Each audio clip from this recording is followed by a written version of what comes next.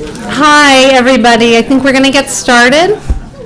I'm Jennifer Light, and I'm the Deputy Director of the Skadden Honors Program in Legal Studies here at City College. If you are unfamiliar with the program, I'll be around at the end of our event, and I'm happy to talk to you, and my office is on the other side of this wall, so anytime you want to pop in, I'm happy to talk to you. We're really lucky today to have a CCNY alum, Judge Stuart Nam, speak with us. Judge Nam grew up in Brownsville, Brooklyn, and graduated from Brooklyn Tech High School. Do we have any Brooklyn Tech people here? No one. Wow, I'm surprised. Okay, so anyway, he began his time at City College as an engineering major, but then switched to pre-law, which I believe many of you, at least many of you have done. Very common path still. And while he was here, he played on the varsity lacrosse team and was a member of the campus's ROTC unit, ROTC unit. Judge Nam spent a year and a half stationed in Korea during the Korean War. No, it was after the Korean War. Oh, okay, after the Korean War.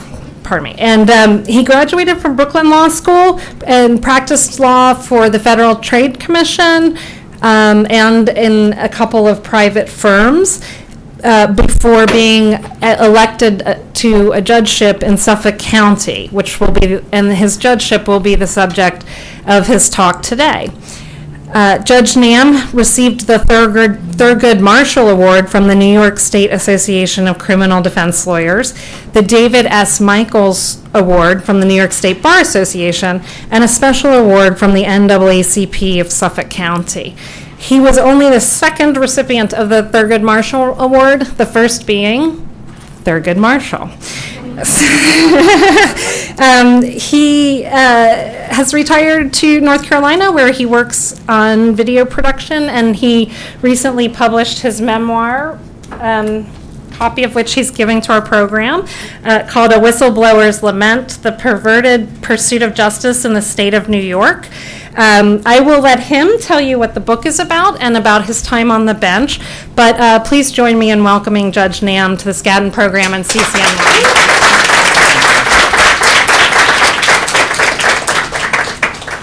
Thank you very much. This is overwhelming. I have to tell you, my wife and I drove up from North Carolina yesterday, and we have several places we're going to. One of them, last night, we were at the Cardozo Law School from Yeshiva University, and I would have come, if I only had one place to go to, this would be the place that I would have chosen.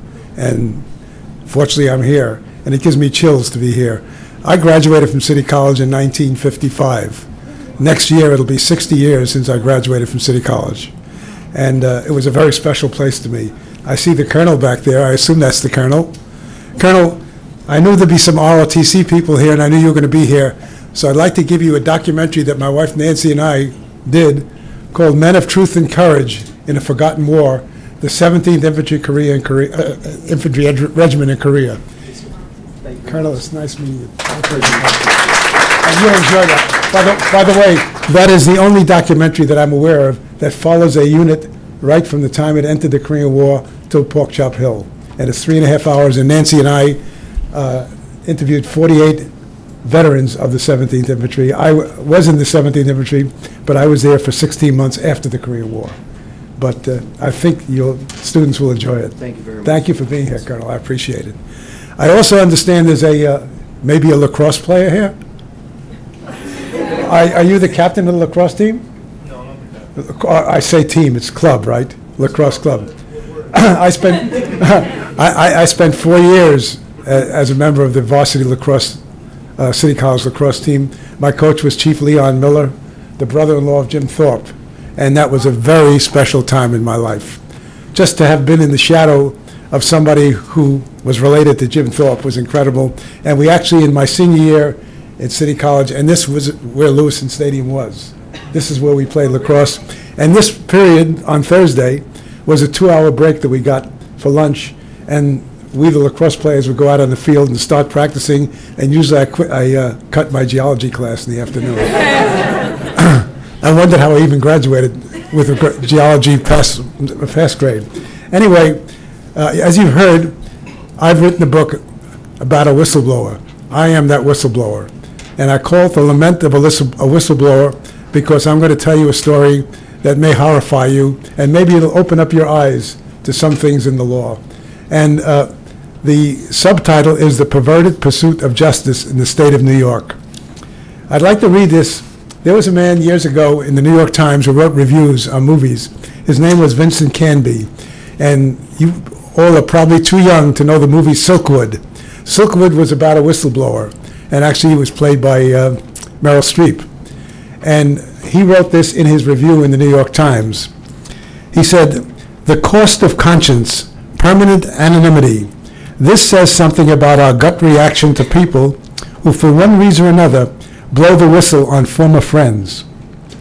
Stool pigeons or heroes, depending on the circumstances, there should be no doubt. Yet there frequently is doubt, if only because the courage to speak out against prevailing attitudes is something we honor far more often in theory than in fact. Courage of that sort is often inconvenient, at least in its own time. It's not easily understood in a society where conformity is king." And that really sums up what we know about whistleblowers, and there's been a lot of stories about whistleblowers in the media recently, and talking about documents taken from files of the federal government. I want to tell you something about myself before I get into the book. I was, like many of you, born in the tenements of Brownsville, Brooklyn. Is anybody from Brownsville here? No. Okay. Well, does anybody know where Brownsville is? Well, I grew up in the tenements of Brownsville, and in the Great Depression, born in 1933 in the midst of the Great Depression. And I was the first person in both sides of my family to graduate from college. And but for CCNY, I can assure you I would never have graduated from college. CCNY at that time was a free tuition school. And you had to take an exam to get in. I wanted to be an engineer. I'd come out at Brooklyn Tech. And I passed the test, and I went to City College. I didn't really want to be an engineer. I wanted to be an architect. They didn't have architecture. And I dropped out of engineering my first semester and went into liberal arts. The English teacher had said I wrote well. He said, "What are you doing in engineering? You ought to be a liberal arts major." And I went on to graduate with an interdisciplinary degree in law, pre-law. I was the oldest grandchild on both sides of my family, and I was the first person in my family to graduate from college. Had there not been a city college, I would not be standing here today, I can assure you. It is the greatest thrill in the world for me to be standing at my alma mater, where I spent 4 years of my life and was so proud to graduate from.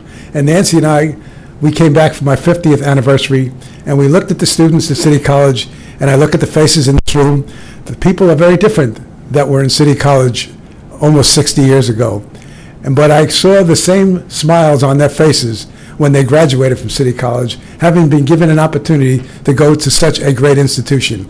And in my senior year, when I graduated, there was the Dr. Jonas Salk. You've heard of the Salk vaccine? Dr. Jonas Salk had invented Salk vaccine for polio that year, and he was given an honorary degree, honorary doctorate at City College. In any event, I was in ROTC. When I was in City College, the Korean War was on. And I said to myself when I went into college, when I heard that there was, I didn't even know what the ROTC was when I was a kid, I heard there was a program where if you stayed in it, you could be commissioned. And I said to myself, why go to Korea and be a PFC or a private when you can go to Korea and be a lieutenant? As luck would have it, by the time I graduated from City College, the Korean War was ended. It ended in 1953 on Pork Chop Hill. And immediately after I graduated from City College, I went into the Army. I was an infantry lieutenant. I was commissioned and went to Fort Benning, went to Ranger School. And I thought I was tough because I played lacrosse, but not really that tough. And I found out how tough it was when I went to Ranger School. But I passed Ranger School, and I went to Korea for 16 months. For the first 2 months in Korea, I was what most any infantry lieutenant will be. I was a platoon leader. And for 2 months, I led a platoon in George Company. Again, it was not the war, but there's never been a peace treaty between the United States, or at that time, it was a United Nations mission, and North Korea. So we didn't know on any given day whether the war would break out again. So it was like being in a war zone, because I was stationed north of the 38th parallel in an area known as the Chowan Valley. 2 months after I got there, I was assigned a job to represent 2 defendants in special courts-martial. You've heard of courts-martial, I'm sure you have. There are general courts, which would be felonies in our system of law, but special courts are matters that might be misdemeanors. And so I was assigned to represent 2 different defendants, and I wanted to be a lawyer, but I had never gone to law school, and I got acquittals in the 2 trials. I immediately, the day after, got called up to the colonel's office, and he said to me, "Lieutenant, I understand you just represented 2 GIs and that you had acquittals." I said, "Yes, sir." He said, "Well, you realize that we don't try them unless we believe they're guilty." I said, "Colonel, the panel found them," and the panel was officers, found them not guilty. He said, "Okay, from now on, you're my courts and boards officer." So from then on out, for the next 14 months in Korea, I was the assistant S1 in charge of courts and boards in regimental headquarters. Within 1 week after I came back from 16 months in Korea, I went to Brooklyn Law School in the evening. My wife actually registered me while I was still in Korea. And I spent 4 years in the evening session of Brooklyn Law School. And I couldn't afford to go to Brooklyn Law School, but I worked during the day for Equitable Life Assurance Society, which doesn't exist anymore. I think it's called AXA today, but that's another story. And they paid half my tuition.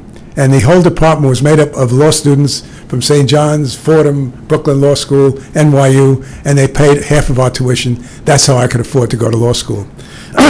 During that time, 2 of my sons were born while I was in law school. And in my senior year in law school, President Kennedy was the president, JFK. And President Kennedy had a program called the Law Honor Graduate Program.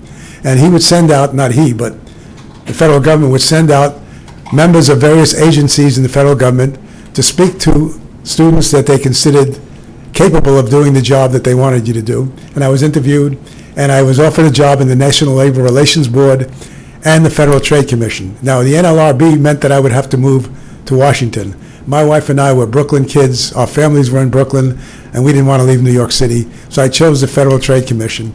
And for 5 years, I was an attorney for the Federal Trade Commission when the Federal Trade Commission actually did some things. Today, they do nothing. You watch television today, and you see commercials on television where they're trying to sell you every prescription drug that any company ever invented. They couldn't do that if the Federal Trade Commission was working. And I investigated Timex watches, and this goes back long before your time. There was a man called John Cameron Swayze who was a newscaster on television, and he did a commercial. You saw it every night on television, and the commercial said, "Timex takes a licking and keeps on ticking." And I had every Timex watch that was ever invented in my desk when I did that investigation. And yeah, the Timex watch kept ticking, but it wasn't ticking accurately, but they didn't say it was going to tick accurately. So I spent 5 years doing that, and at that time we had already moved out to Long Island. You heard about Levittown. Anybody from Levittown? Okay, nobody. Levitt built homes for GIs after World War II. And I heard about Levitt building out in Suffolk County, which is the east end of Long Island. And we decided to look at it, and the house was $18,990, and we bought a house in Suffolk County. But that meant that I had to now commute from Suffolk County on the Long Island Railroad or the Long Island Expressway, 2.5 hours each way. So finally I said, I just can't keep doing this, even though I love my job in the government. And I interviewed to work in a law firm. And I met a young lawyer who had just started practicing law. And he said, "Yeah, I'd like to have you come in, work as my associate." But he said, "I have a man who's going to be my partner, and he's the Democratic chairman of the town of Brookhaven, which is one of the 5 towns in Suffolk County." He said, "Would you have a problem with that?" I said, "No, why would I have a problem, you know?" So I went into that law firm, and for 5 years, I was, as Judge Fred Block, who's in the district court here in Manhattan, or in Brooklyn, rather, describes me as the worker bee of the firm. I was the guy who was in court every day, handled arraignments, handled minor trials, and I always wanted to be a judge. When I was going to law school, are any of you familiar with 100 Center Street in Manhattan? You know what's there? Magistrates Court?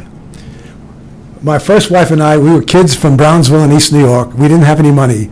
A Saturday night date when I was going to City College was we took a nickel for each of us, took the subway to Chambers Street Station, which is where 100 Court Street is, and we'd sit in this courtroom, and this odious person wearing black robes, who I thought was a big judge, all he was a magistrate, and they would arraign the drunks and the prostitutes who would come in, and that was our Saturday night date. And then for another nickel, we would take the subway to the South Ferry station. And at the South Ferry, there was a ferry then. That's why it's called South Ferry. There was a ferry that went to Staten Island. So for another nickel each, we'd be on the ferry to Staten Island, past Bedloe's Island and Ellis Island, past the Statue of Liberty, to Staten Island, not get off. If you didn't get off, you didn't have to pay another fare. And we would take the ferry back to the IRT, which went to East New York, and that's where we lived. And that was a Saturday night date. Well, my wife and I got married while I was in my senior year in City College. Chief Miller, who was my lacrosse coach, did not like that. He did not like married men because I couldn't afford to be at practice every afternoon.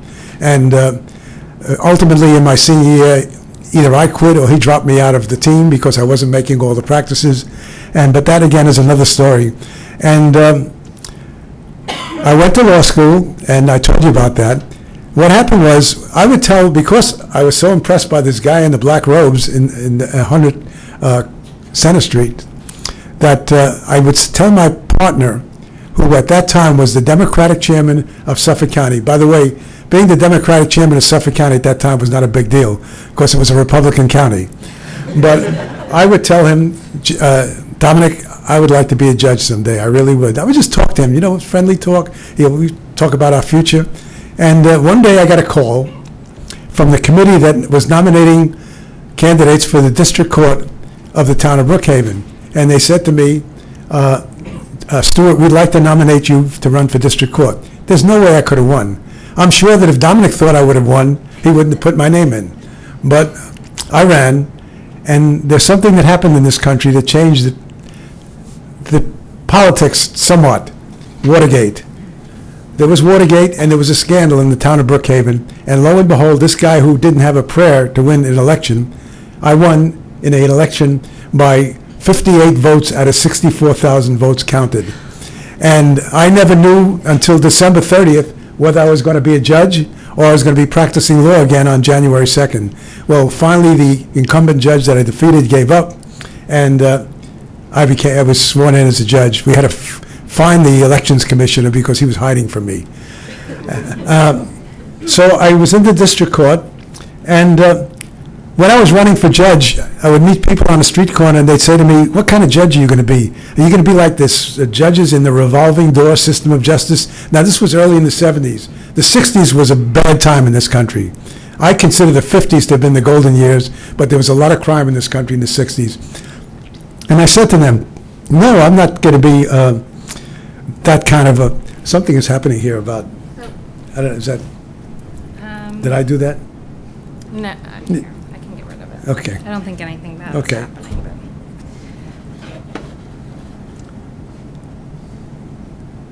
But. That's it. There Okay. we go. Thank you. And I ran, and I became a district court judge. And I was a kid when I grew up in Brownsville. We had a cop on the corner where I went to school. I lived right across the street from the elementary school, and there was always a cop there. And I was a safety guard in 5th grade. Safety guard is a guy, I don't even know if they have them anymore. I'm sure they haven't. You wore a white band across your chest, and the police officer and I were good friends. And I believed in police. I really did. I believed that police tell the truth. They were there to protect us. And I was somewhat naive. And at the end of my 6-year term, I had to run for re-election.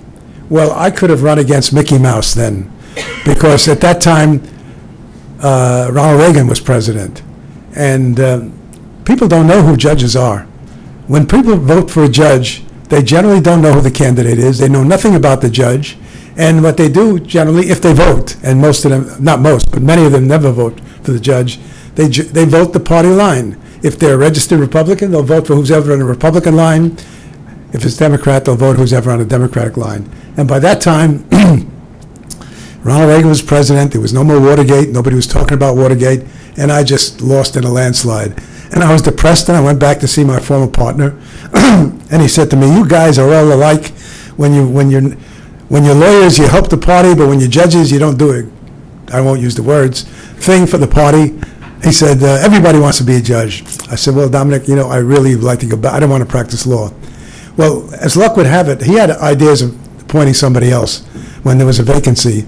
But Dominic had a heart attack that year, and his deputy leader, somebody who knew me, put my name into Governor, not Governor Cuomo, to the governor prior to Governor Cuomo. And I went to fill a vacancy in the county court, which was a felony court. And I went before a committee in Albany, and I was found well qualified for the position, and I became a county court judge. But it meant that I would have to run in November again.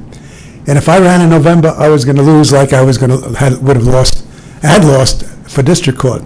But I lucked out. Sometimes in life you get lucky. The New York State Legislature, which then, and I don't know what it is now because I live in North Carolina, the Assembly was Democrat, the State Senate was Republican, and they were going to create something like 100 new judgeships all over the state. But they wouldn't do it unless both parties would agree to who the candidates would be. And so if you were chosen, you would automatically get what's known as cross-endorsement, meaning that you would be endorsed by both the Republican and Democratic parties. And I lucked out. I was nominated, and I had cross-endorsement, and so I was moving into the county court for a 10-year term. I was a tough judge. I had a nickname when I was a judge because, I believed in law enforcement. I believed that cops told the truth. And I knew people were saying behind my back I was being called maximum stew.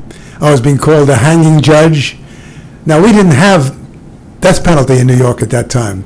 They were calling me that because I didn't hesitate. If somebody had a fair trial in front of me and was convicted of intentional murder, I had no problem with giving them 25 years to life.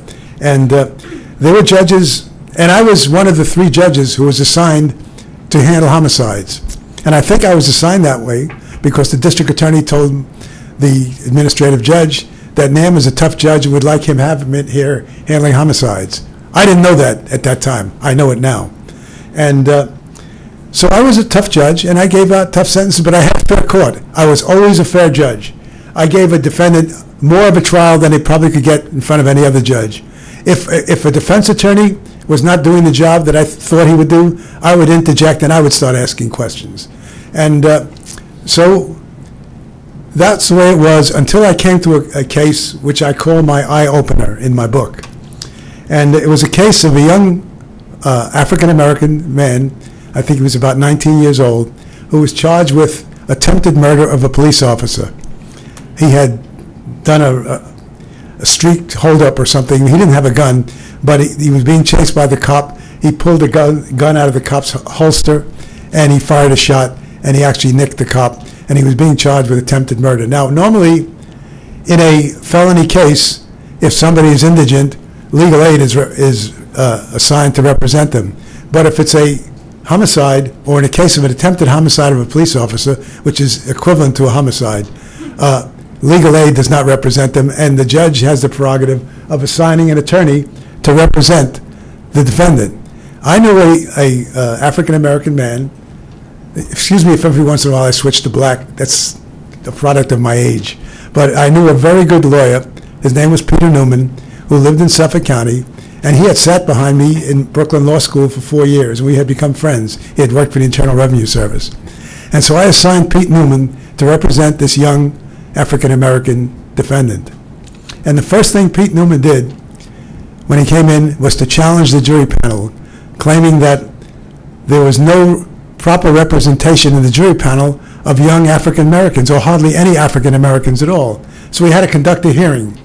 And I conducted a hearing, and at the hearing, the prosecution brought in, because they had the burden of proof, they brought in 3 assistant district attorneys. One was the chief of the Homicide Bureau, and 2 other district attorneys.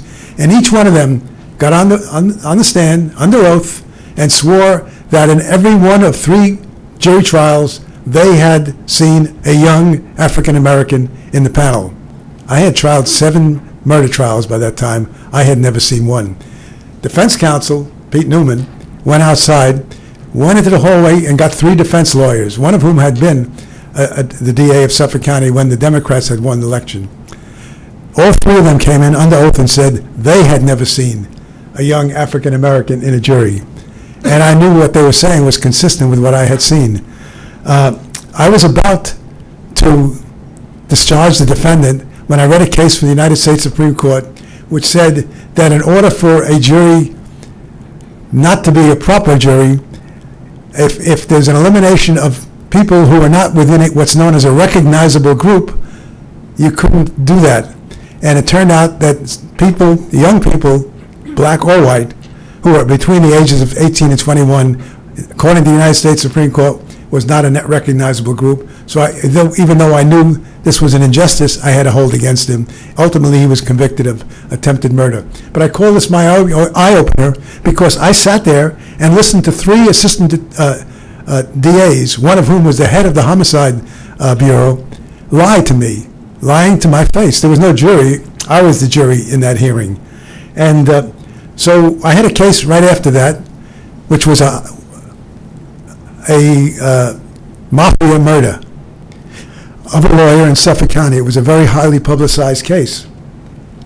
And the man who was charged with the crime was alleged to be a contract killer and that he was involved with the mafia.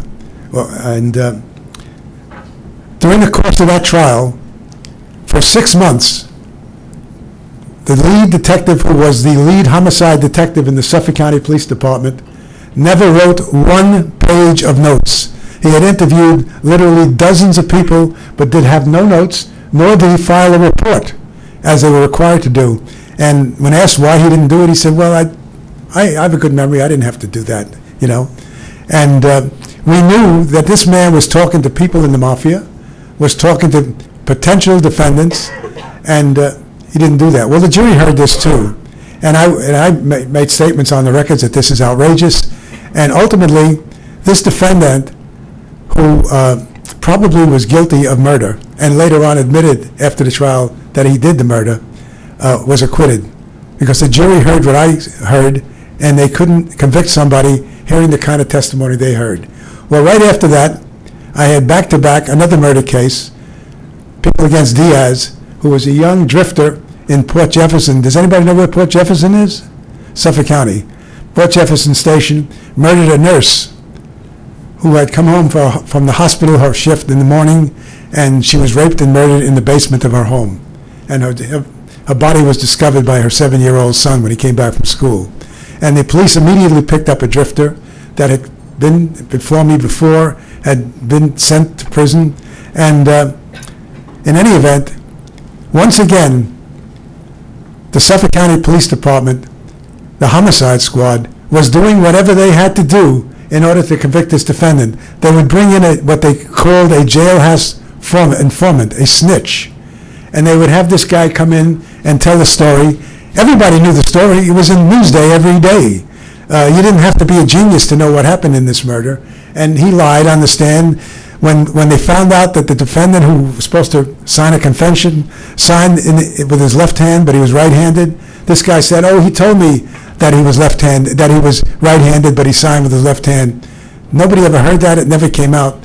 And so when that jury was out, and they were out for about a week, and about the 5th day, I was walking out of the building, and it was a pretty nice courthouse in Suffolk County in Riverhead, and a voice yells out to me, "You lose, Stu."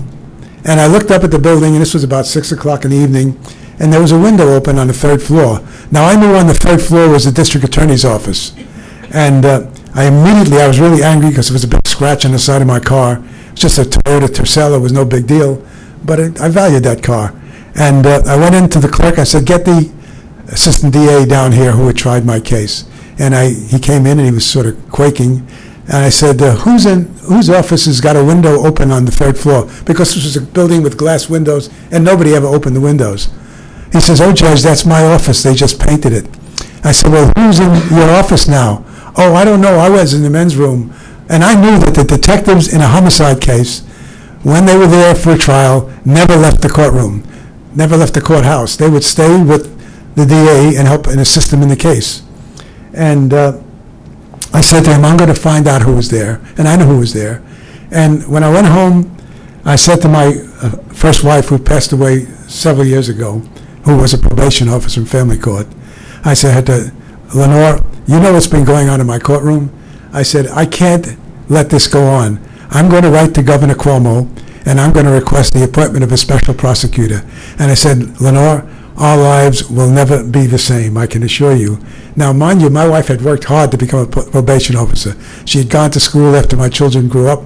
She got a master's, her bachelor's degree, she got a master's degree, and her answer to me was, Stuart, you do whatever you have to do. So I wrote Governor Cuomo, and we had gone on vacation. When I came back from vacation, I was met by investigators of the State Investigation Commission, and they told me that they were going to be investigating what was going on in Suffolk County, and they had been reading about it in the newspapers.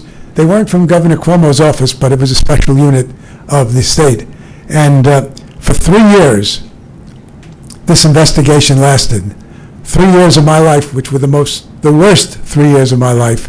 I became public enemy #1 in Suffolk County because I had blown the whistle on the police homicide squad.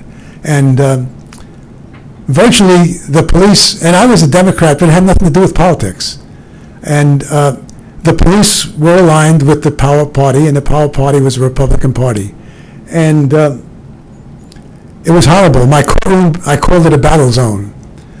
DAs would come in and they would attempt to provoke me to say something that they could file a complaint about me. They never could do that.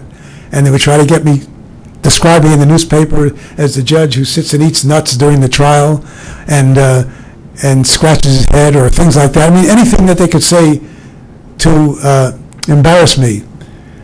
One day, the detectives asked me, said, Judge, is there anybody else we can talk to? And I said, well, you know, there are only 3 of us handling homicides. One is my friend. He's a Democrat like me. The other guys, I don't really know him very well. I said, I'll go down and talk to him because I can't imagine that what's going on in my courtroom is only going on in my courtroom because we all, the 3 of us, had the same kind of trials and we had the same detectives and policemen coming into our courtroom. And I went down to see him and I said, Harry, you know what's going on in my life? And he says, me, sure, Stuart, I read the newspapers because I was in the newspapers virtually every day. And I said to him, Harry, these people would like to talk to you. Now, mind you, this is a decent guy, a good friend of mine. And you know what his answer to me was? Stuart, I can't get involved. I have to run again next year.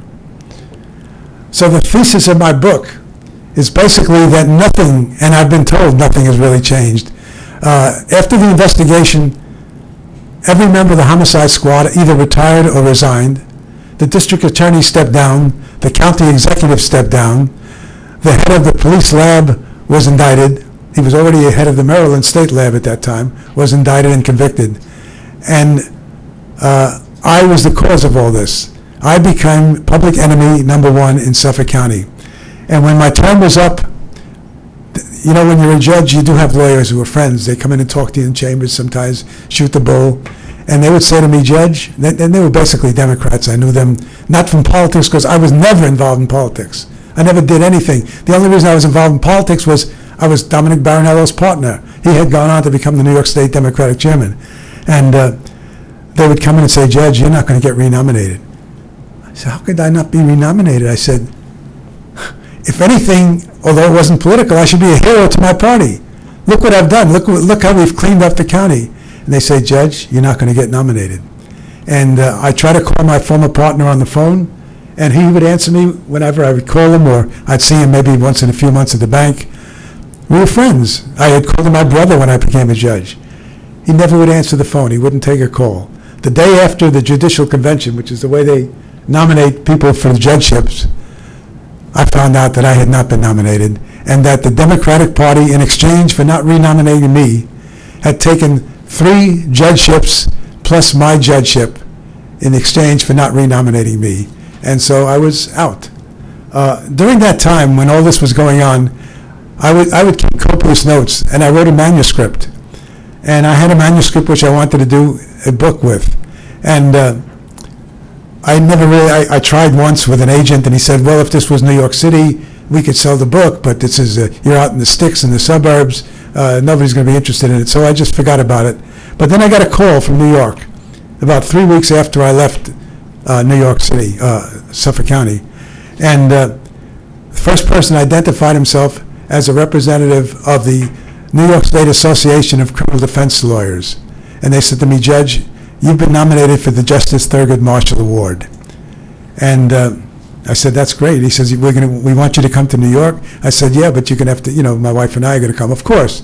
He says, it's going to be at the Marriott Marquis Hotel. Then I get another call the next day from the New York State Bar Association saying, Judge, you've been nominated for an award from the New York State Bar Association, and it's going to be the same night as the award of the Justice Thurgood Marshall Award. And then finally I got a call from the NAACP and said, from the Suffolk County NAACP, and said, Judge, you were going to be made an honorary lifetime member of the NAACP. So we went to New York, I received those awards, and I was asked to tell my story. When I told the story and finished, and there were some ladies, I guess attorneys in the audience, there were tears in their eye, and 2 lawyers came up to me, and they said, Judge, we have a friend in Hollywood who'd be interested in your story. Would you talk to him? I said, I'll talk to anybody. I had this manuscript and all, and I got a call from Hollywood from a gentleman who produced the movie Hoffa. You know who Jimmy Hoffa was? Well, Danny DeVito was in that movie, Hoffa.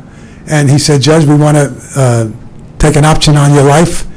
Will you come out to Hollywood? I said, yes, as long as my wife can come. So for 6 months, I worked with them, and they attempted, even though Al Pacino was being considered to play me because he was my age and he was a New York guy like me, but he wouldn't be married to a woman who was the same age as him. She had to be like 20 years younger than him. And it never happened. But then the agent called me and said that he had a client who would like to speak to me. He was interested in taking an option. I said, when this one's up, we'll do that. And by the way, when the story first broke that I had signed in Hollywood, I was being described in the Hollywood Reporter, which is a daily newspaper in the trade, as the Serpico of judges. That was what I was coined.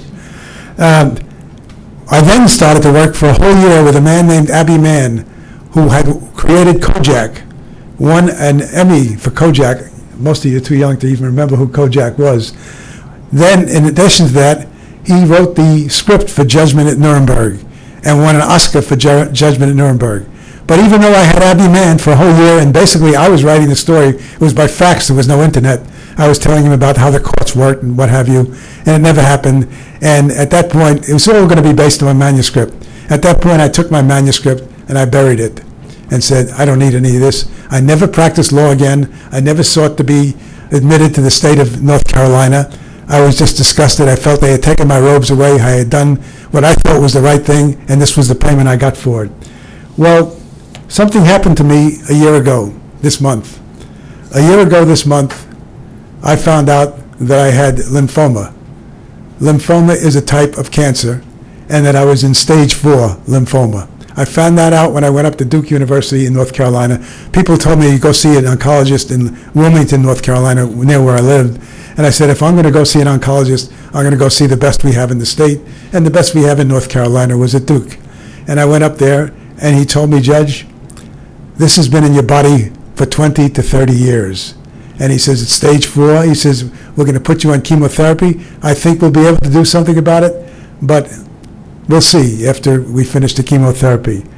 When I heard that, I came home, and I said to Nancy, my wife, and my daughter who lives in North Carolina since her mother died, I said, I will not die until this story is told.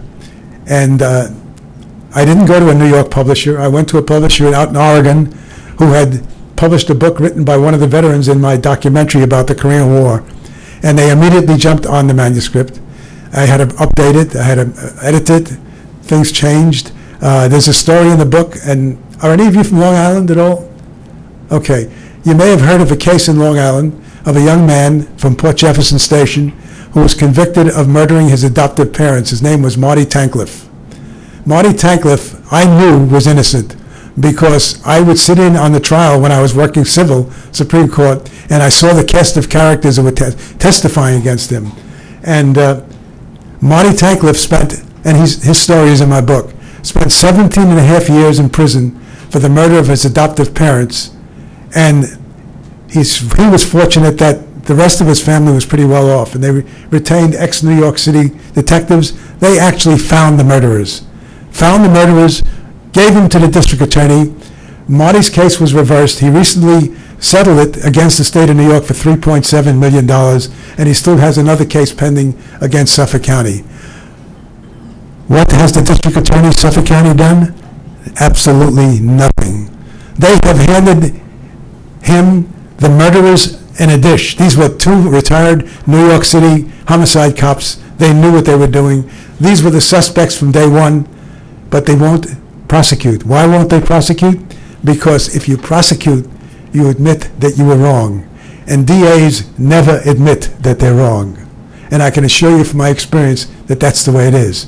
I had my last case as a criminal court judge was a black man who was gay, who was charged with murder, robbery and murder of another black man when he'd been out drinking one night. And this guy came in and testified in a hearing that he was stripped naked, that he was beaten all night long, that he didn't do this murder. He cried in my courtroom. But I'm hearing two detectives saying, no, none of this is true.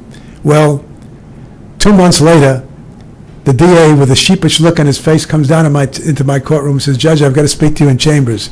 I said, well, what's the problem? Well, we picked up two guys that have the rings that this man was wearing the night that he was murdered. My guy that I had in front of me had not committed the murder. You know what they've done with that case? Nothing. Nothing, because they will never admit that the cops did the wrong thing, that they had the wrong guy. So I just feel, and this is why I call my book A Whistleblower's Lament, because I am somewhat lamenting to you. I am still somewhat bitter, because you can't go through what I've gone through without being bitter. And I'll admit it, you know, some people don't want to be considered bitter. I'm bitter. I lost the job that I loved, the job that I worked so hard to get, that I spent 17 years trying to be a good judge, and because I was a good judge, my robes were taken from me.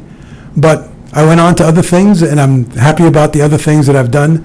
I'll tell you now that my first wife, who was a probation officer, who I married when I was in my senior year at City College during Christmas recess, became a probation officer, as I said, who quietly accepted that we had to move from Suffolk County, was a healthy woman, and my current wife, Nancy, who was her water aerobics instructor, can tell you she was probably one of the healthiest women she met who was at her age, in my arms on a Sunday morning, died of a massive heart attack, never sick a day nor an hour in her life. And I'm convinced that my wife paid the price for what happened to me, that she silently did what she didn't want to do. She loved her job as a probation officer, but we couldn't stay in Suffolk County, because when I went back, people had asked me to run for DA the following year. And I was considering it, and I went back and talked to my family, and my oldest son, who's a pretty wise guy, who's been working as my publicist with this book tour, said to me, Dad, if you stay here, they're going to kill you. And was off to North Carolina, and I've been happily there for 21 years now. And that's my story, and that's the story in my book. And I hope you get a chance to read it. I really do. Last night I was at Cardozo Law School. It wasn't nearly as large a group as this. And I saw the books at Barnes & Noble, and I was thrilled to see a picture in Barnes & Noble. But if you want to really hear the story of what law enforcement is really like, and let me tell you this, I am not condemning police. Police have a hard job. I would not want to be a homicide detective walking in a murder scene. The average patrolman can deal with it. They'll go in there and vomit. So it's a difficult job. But it's a difficult job, and if you take it, you've got to take it and be honest with yourself. In Suffolk County, there was a series written in Newsday, which is the Long Island newspaper, called The Confession Takers. And it's in my book, and you could just Google it, The Confession Takers. They did a 5-day series on the Suffolk County Homicide Squad during the course of the investigation. And they found that 89% of the cases had confessions in them. 89%, the highest confession rate in the United States. And the Newsday reporter asked one of the cops, well, what do you think about 89% confession rate? Don't you think there's something wrong with it? He said, yeah, there's something wrong with it. It should have been 100%. This is the response they get. But I'm not here to condemn cops because, again, I wouldn't want to be a cop. It's a tough job. But if you're going to be a cop, be an honest cop. Be an honest broker. Don't pick up some young African-American in the street and for no reason at all on a stop and frisk like they do in New York City, and hopefully it still doesn't go on, but I'm sure it does. Again, I would not want to be a cop, but if you're doing it, be honest with yourself and be honest with what you're doing. Now, if anybody has a question, I'll be happy to take questions. Does anybody have a question? What do you feel about the cases going on in Suffolk County? What do I think about the cases in Suffolk County? I've been away from Suffolk County for 21 years. During that 21 years, I've received telephone calls, I've received emails, I've received notes on the internet telling me that nothing has changed in Suffolk County.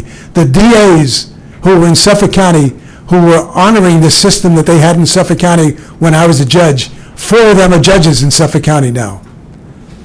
The thesis of my book is, and this is the last chapter of my book, is that as long, and New York is only one of 9 states that elects trial judges.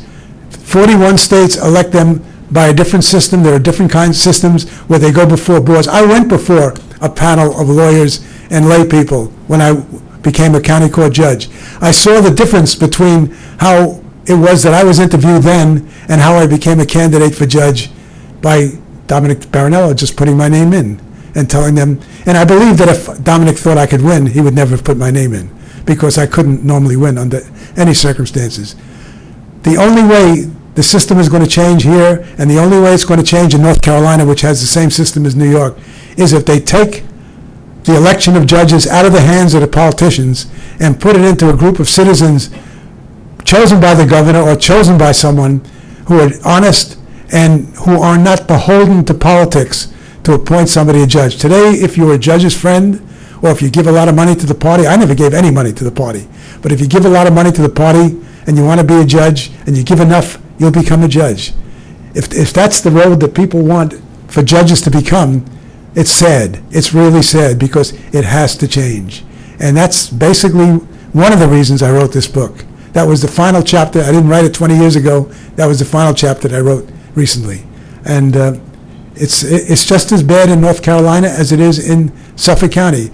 And I see that when I was a judge, the Suffolk County homicide detectives were the highest paid detectives in the country, including New York City, including LAPD. And now, because I read Newsday and I knew there was going to be a story about me in Newsday, they just signed a contract, mind you. Detective pay for a senior detective is $200,000 a year. And they get overtime on top of that. So that a detective today can earn $300,000 a year because they have unlimited overtime. And you know, when you're a homicide detective, you're out there day and night. You put in a lot of hours. And that's obscene. That's obscene. But that's how they get it through the county legislature. It's all politics. It's pure politics. Has anybody else got a question? You know, you're a gentleman with the somebody. Oh, yes, I didn't see you. I didn't look to my left. Okay. So, I mean, a lot of what you're saying kind of correlates to a lot of what's been going on with the militarization of the NYPD and just militarization of, like, the police departments all around the U.S., actually, in all, you know, small towns even. There was a recent news article about how they're becoming more militarized, even though there's not a high crime rate in some areas, which is so sad. So I wanted to know how you felt about, you know, the whole surveillance by the NYPD of the Muslim community and just the stop and frisk that's been going on. It hasn't stopped. There's actually a case right now that's still going on. So. I think it stinks, to be honest with you. I think it's terrible. I know about that stop. We didn't have stop and frisk in Suffolk County because it's a suburban county. Manhattan is citified, but no, I think it's horrible. And of course, even the new mayor of New York brought a gentleman back who was part of stop and frisk. Right. You know, I know that even though I live in North Carolina. But no, it's wrong. And I know who they stop and frisk. If you look at the numbers, they stop and frisk African-American young men or women and Muslim people. And there's no reason for them to do that. And they know that there's no reason for them to do it. But you see, police have a lot of power. And if nobody sits on them, your last mayor, who I respect as a businessman, Bloomberg, he was very police-oriented. And, you know, he had the reputation if he cleaned up New York City. Well, you could clean up everywhere if you pick up everybody you think is a criminal. And 90% of them were just walking in the street. And the color of the skin was not the same color of the skin as the person who stopped and frisked them. No, it's horrible. It's horrible. I see it on the highway. We'll be riding along on a road in North Carolina or on the interstate, and we'll see a car stop. And who's in the car? It's an African American. It's horrible. It's horrible. Look, I tell you, I grew up in the tenements. I respected law and order. I respected police, but it's horrible what goes on. But unfortunately, we little people don't have a lot to say about it, unless we do. And unless you speak out, it'll never change, you know? Speaking about speaking out, when they had the hearings, the State Commission of Investigations held hearings, the Suffolk County Police had a demonstration outside. It was all televised. I was the lead witness. And they had picket signs and support the police, support your cops. And I felt like I was a villain. I had turned some people against police. I didn't do that. I love police. We need police because they protect us. But we don't need police who don't do their job the way they should do their job. And we don't need supervisors who supervise them, who back them up, whatever they say. I saw young cops come in when a detective was obviously lying in front of me under oath, bring in a young cop who probably just came out of the academy within 6 months, lie, just because they had to do it. They knew that they couldn't come in and say, this didn't happen. If they were told they got to do it, they did it. And, you know, this sounds horrible. It sounds like it's not true, but this is real life. This is real. As I said to I'll be right with you. I said to a group last night, I spoke at Cardozo Law School, much smaller group than this, and I said that you're going to learn more about criminal justice system from what I'm saying to you today than you're going to learn in your law books. Yeah, you're going to learn about the law, but this is the law as it exists in our country today. And I don't think much has changed. If anything, it's gotten worse. I mean, Chicago, while this was going on in Suffolk County, indicted 5 judges in Chicago. LAPD, they were rampant at the same time Suffolk County PD was rampant. So it's endemic to our society until the people speak up. And you know where the people are who speak up? At City College of New York. I am so proud, and it gives me, I get chills. I'm a very emotional guy. I'm 80 years old, but I'm very emotional. When I come back here, I see a part of life that I miss. I'm one of you. I mean, I grew up in the tenements. I'm one of you. I never knew I was going to achieve what I achieved in life. I probably would have ended up working for the sanitation department had there not been a city college. But you people are the people who are the heart of what has to be done to change what's wrong in our system. Yes, sir. You had a question? Yes. In many of the stories that you told, there was the notion that these district attorneys that you encountered were aware of the injustices of the hidden secrets of the police department in Suffolk County. Now, it seems to me that district attorneys often in these scenarios are more concerned with their win-loss ratio. That's exactly right. Their record. That's exactly right. Is this something that has taken over our justice system everywhere, or was this exclusive? You know, I can't speak for everywhere. I can only speak for the system that I was in and what I see in North Carolina. I describe the system as the tail wagging the dog. The police were telling the DA how to try a case. And it was all politics. In Suffolk County, if you're not a Republican, they have a Democratic DA now. He's in his, I believe, in his 4th term. He fought to be able to be reelected after 2 terms. And he was a Republican. He became a Democrat. And he was the attorney for the Superior Court Officers Association. He ain't worth a damn, as far as I'm concerned. I'll tell him to his face. And nothing will change until the people realize what's wrong. I don't understand the people of Suffolk County. I don't understand the people of Nassau County. I get emails. People complain. People support the things that I say, but they don't do anything about it. They're busy watching people dancing on television, or somebody out in the wild, like when I was at Ranger School, I guess. And they really, it's happening to their kids. It's happening. There are cases I could tell you about, and I don't have time, but they're in my book. Anybody from Suffolk County may have heard of the Pius case, where 4 young Smithtown teenagers were charged with murdering this young kid. And it goes on and on, but what I'm told, again, I don't live in Suffolk County. I've been away for 20 years, but I hear from Suffolk County. If you go Google my name on the internet, you'll come up with 50,000 hits, and you'll read what people say about me. I didn't ask them to say that. They don't even know me. I don't know them. But I know what they say, that things have not changed in Suffolk County, that if anything, it's worse. Yes, sir. My question pertains to the defense attorneys during your time as judge in Suffolk County. How is this something that they could have let done? Was it just a system of fear where they didn't want to challenge the prosecution? I had the head of the Suffolk County Bar Association Criminal Defense Section came into my chambers when this was all going on, and he said, "Judge, I could arrange a meeting between you and the DA. We think it's terrible what's going on between you and the DA. Would you want to meet with him?" I said, well, "You're a defense attorney. Why would you care whether I meet with the DA?" "Oh, well, you know, Judge, we know this stuff has been going on, but we really can't say anything about it. We've got to work in the system." Well, I feel sorry for anybody who has that attitude, that they will not speak up when they know there's wrongdoing because they have to work in the system. Is it more in your interest to earn a few extra dollars and get a plea from the DA than to do what's right? No, I guess it was growing up at City College in New York that taught me what doing right is all about. I didn't want to be a hero. I never asked to be a hero. I never asked for this to happen to me, but it happened. And somebody just asked me a little while ago, well, how did you do that?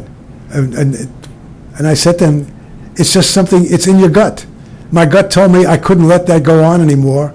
I knew something was going to happen, not good to me for doing it, but I did it because I felt that I had to do it. And I just felt morally I couldn't do anything else. And yes, in fact, yeah, Nancy, my wife, just reminded me that the president of the university, who's a wonderful woman, that we spent about 15, 20 minutes in her office. I've never met a woman like that who's president of the university. Never met any. I never met anybody who's president of the university before.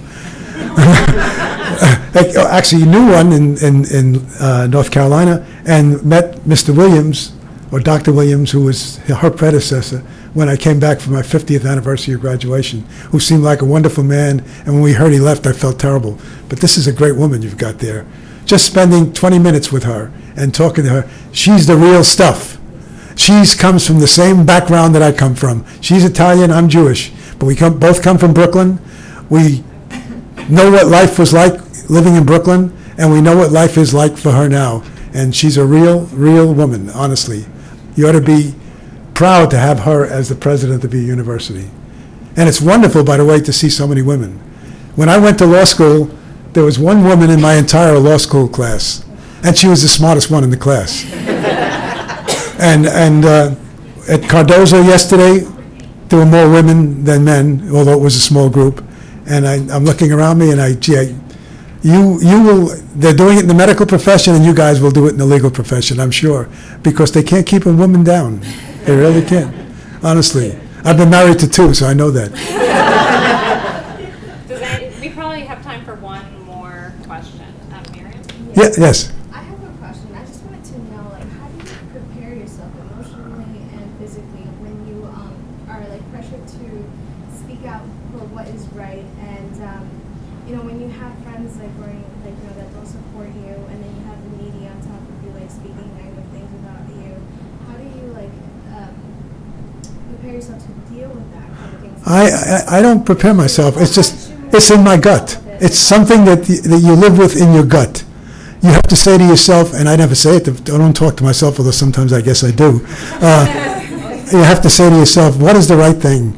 Can you continue to, when I get up in the morning, I can look myself in the mirror when I'm shaving. I wonder how these other judges who had to know this was going on, it didn't only happen in my courtroom, it happened in other courtrooms. How could you look yourself in the mirror knowing that somebody who was innocent may have been convicted of murder and may be spending the rest of his life in prison? No, I couldn't do that. And when I decided that I was going to write to Governor Cuomo, I said to my wife, Lenore, our lives will never be the same again. I knew that. I knew what to expect. But you do it because in my gut, I couldn't do otherwise. I didn't know what the future would bring, but I knew it wasn't going to be good, no matter what. And it wasn't, but that's okay. I did what I felt was right. I was a better person for it, and I just feel sorry for somebody who can't do that. I really do. If somebody else had been seeing what I was seeing and had the same thoughts I had, and they didn't do anything about it, I feel sorry for them, because they're not being true to themselves. They're not being true to the moral fiber of their own body.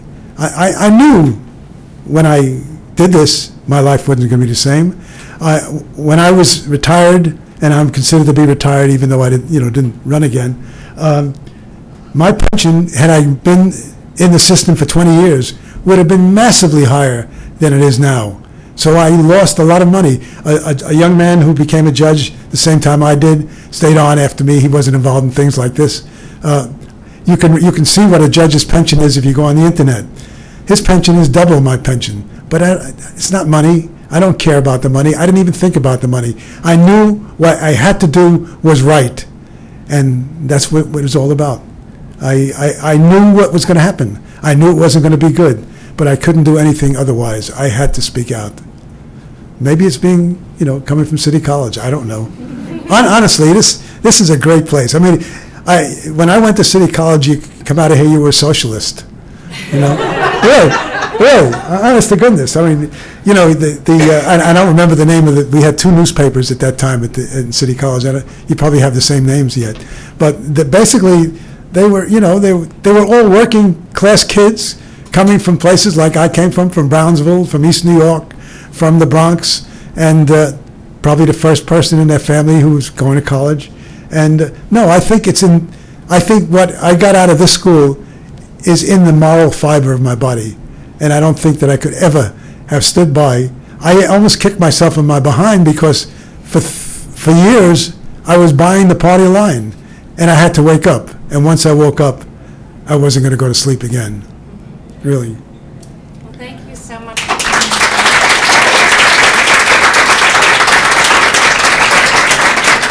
Yeah, I have something I've got to do.